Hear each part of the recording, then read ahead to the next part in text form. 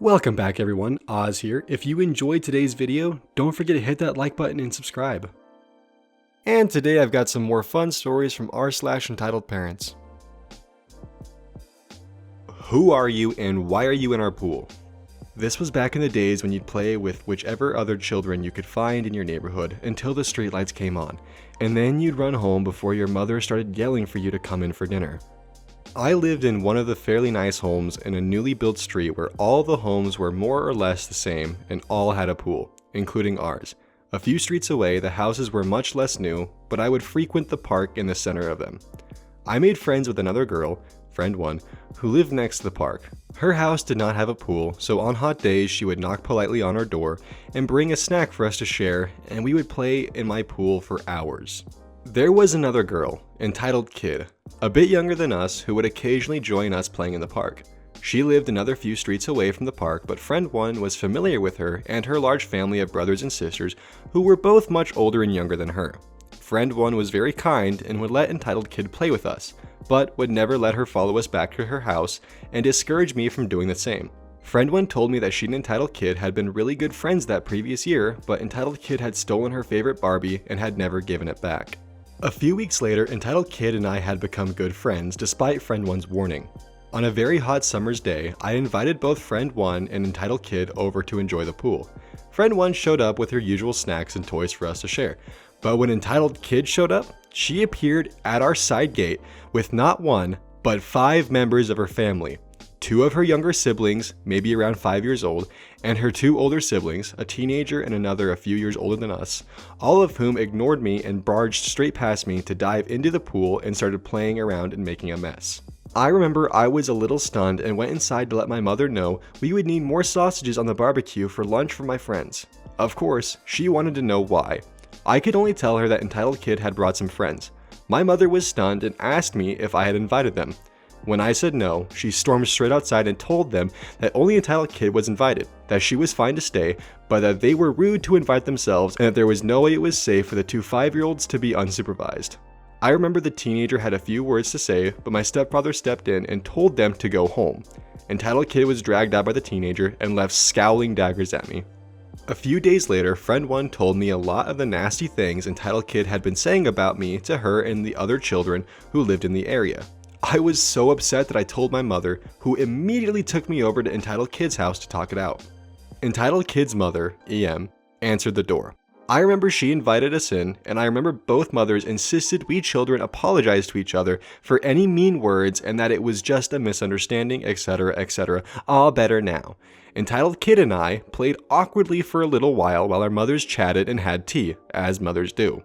Less than a week later, my mother, stepfather, and I returned from being out for the day and heard whooping, yelling, and loud music in our backyard. We walked in to find the back gate wide open and entitled Kid and her entire family. I mean, herself, her siblings, mother, aunts, uncles, at least 20 people, all fully clothed, messing around in our pool. There was food and rubbish and bottles absolutely everywhere. I remember my stepfather going red and immediately start yelling for them to get the hell off our property. I missed most of the argument. My mother sent me away so I couldn't hear the language that was being used, but I remember entitled mothers screaming abuse and calling us names. The G-rated version would be rude white trash snobs. Later, my mother explained to me that according to entitled mother, somewhere in their conversation about the misunderstanding, my mother had somehow given the impression that since entitled Kid was welcome in our home, therefore it must be open to their entire family. So they decided to celebrate an aunt's birthday in our backyard without asking us. We were terrible people for ruining the aunt's birthday party.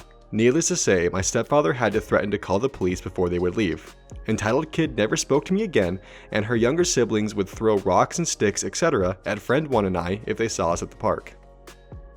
I feel like there's probably a lot of people who at least know one person in their life who's done this, but I don't think it ever reached this extent where it turned out their entire family was like that. I mean, oof. The worst human I've ever met. Cross post of mine from r/ProRevenge. They reckon you guys would like this one. So this happened yesterday. I'm not working at the moment, but I've been trying to keep myself busy by offering to help people in my family and friend circles, giving them lifts, helping them move, etc., etc. All in all, I consider myself a pretty generous person.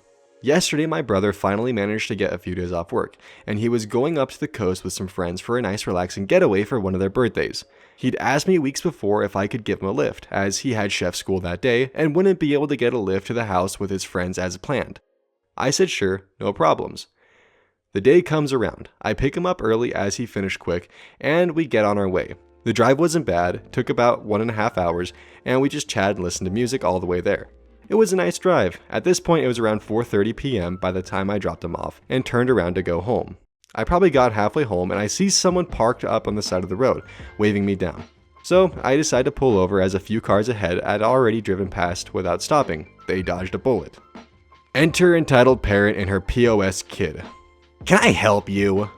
Me, looking confused since she waved me down. I thought maybe you needed some help. Is everything okay? No, we ran out of petrol. Oh, okay, that's a pretty easy fix. The next town I knew had a service station as I passed it on the way there, and it was only another 5 kilometers up the road. I can drive you into the town to get petrol and bring you back here. Okay, she says simply, her son picking up some of the gravel by the roadside and throwing it into traffic, 60-mile-per-hour highway. Hey, don't do that, champ, it's dangerous. She had gone to her car to grab her purse, but reeled out as soon as I said this. Don't you speak to my son like that? Sorry. I get into my car, followed quickly by the obnoxious pair, highly regretting my life choices by this point, now feeling I can't redouble on myself given how difficult she has been at me helping her. She sits down and immediately scoffs, looking at her feet. Why is your car so dirty? Sorry. I used to put my work boots down there, so it got kinda dirty over time. You could clean it up, you know. I laugh nervously and just nod, pulling away and wanting this to be over with as fast as possible. I left my phone in the center console and she grabs it up. Can I call someone? My phone ran out of charge. That's why we were stuck out there. Oh, yeah, go ahead. I have unlimited calls, so I really didn't care. Either she thinks the person on the other line can't hear her, or she's trying to contact them without the use of the phone because she is shouting. Meanwhile, her son suddenly leaps up between the 2 front seats, looking out the front window. I quickly slow down a bit in shock.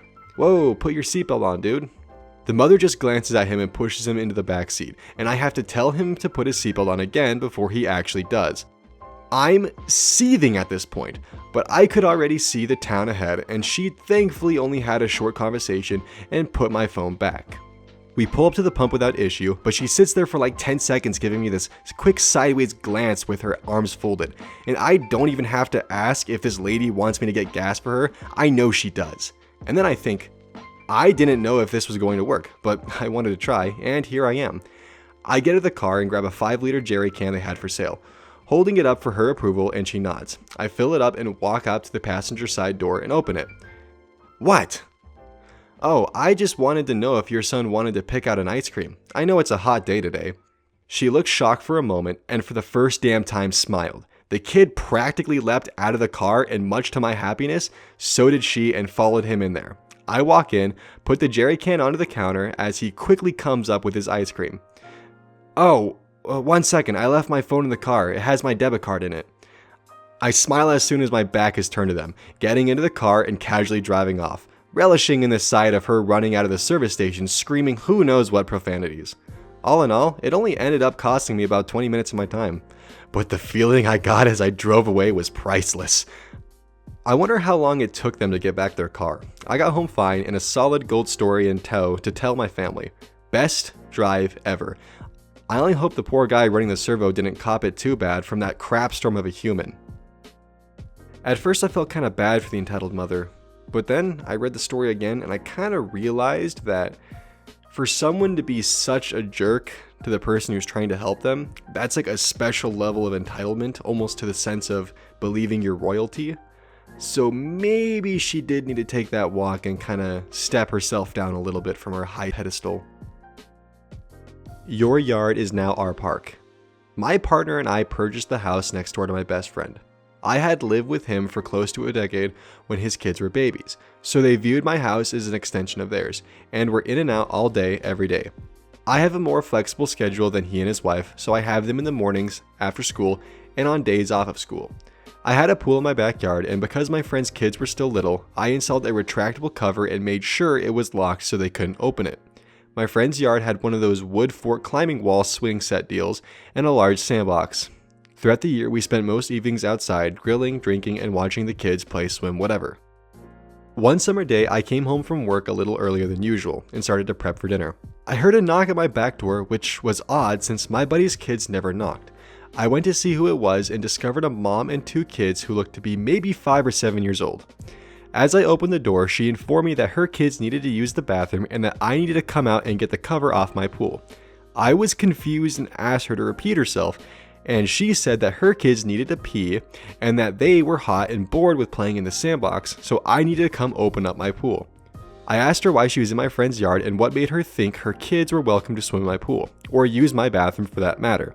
She got really crabby and told me that she had moved into the house behind us and that she had watched my buddy's kids come over all the time and I had opened the pool for them. She insisted that since I was willing to open my pool for the kids next door, I should also open it for the children who live behind me. I tried explaining the relationship between my best friend's family and mine. She claimed that it didn't matter that I had known them since birth and pretty much helped raise them. I just needed to get to know her kids too, and it would be okay. I told her no and closed the door on her. She spent a while knocking and fussing at me through the window, and then had her kids pee in a planter on the side of the patio. When I still didn't react, she took her kids back into my friend's yard to play on the swings. I texted him to let him know what was going on, right at the moment he was letting his 300 plus pounds worth of newfies, oh those are big boys, out into the yard without noticing the unwelcome visitors. The mom starts shrieking and climbs up into the fort, leaving both kids on the swings. She starts demanding that we put the dogs inside, and how dare my friend let his dogs out into his yard when her kids are clearly playing there. He tells her to get the heck out and calls the police. When the cops arrive, she puts on the whole waterworks about how her kids are just looking for friends and my buddy's kids are somehow bullying her kids, even though they'd never met, that he invited her over just to let his dogs attack her children, blah blah blah. They eventually moved her back onto her property, then came back later to tell us they warned her about coming back. She lived in that house for almost a year before she and her husband divorced. During that year, I had to replace the lock over the pool cover controls 3 times, have a fencing company remove a gate at the back of my property that was meant to get the lawnmower through, and eventually pay a security company to come check on the yard anytime we were going to be away for more than a few hours. We eventually found her and her kids in our yards repeatedly, but she'd leave when we got home. What finally resolved the issue was my partner catching her in the pool. She told him that she knew the man that owned the house and that he had told her it was okay to swim. He told her he was married to the man that owned the pool and that it's not okay to swim. She apparently had a bad reaction to realizing she was immersing her sons in gay water. We didn't see her again after that. Oof, nothing like the cherry on top being a little bit of homophobia thrown in there. Thank you for watching. If you enjoyed this video, please consider clicking that subscribe button, and I'll see you guys next time.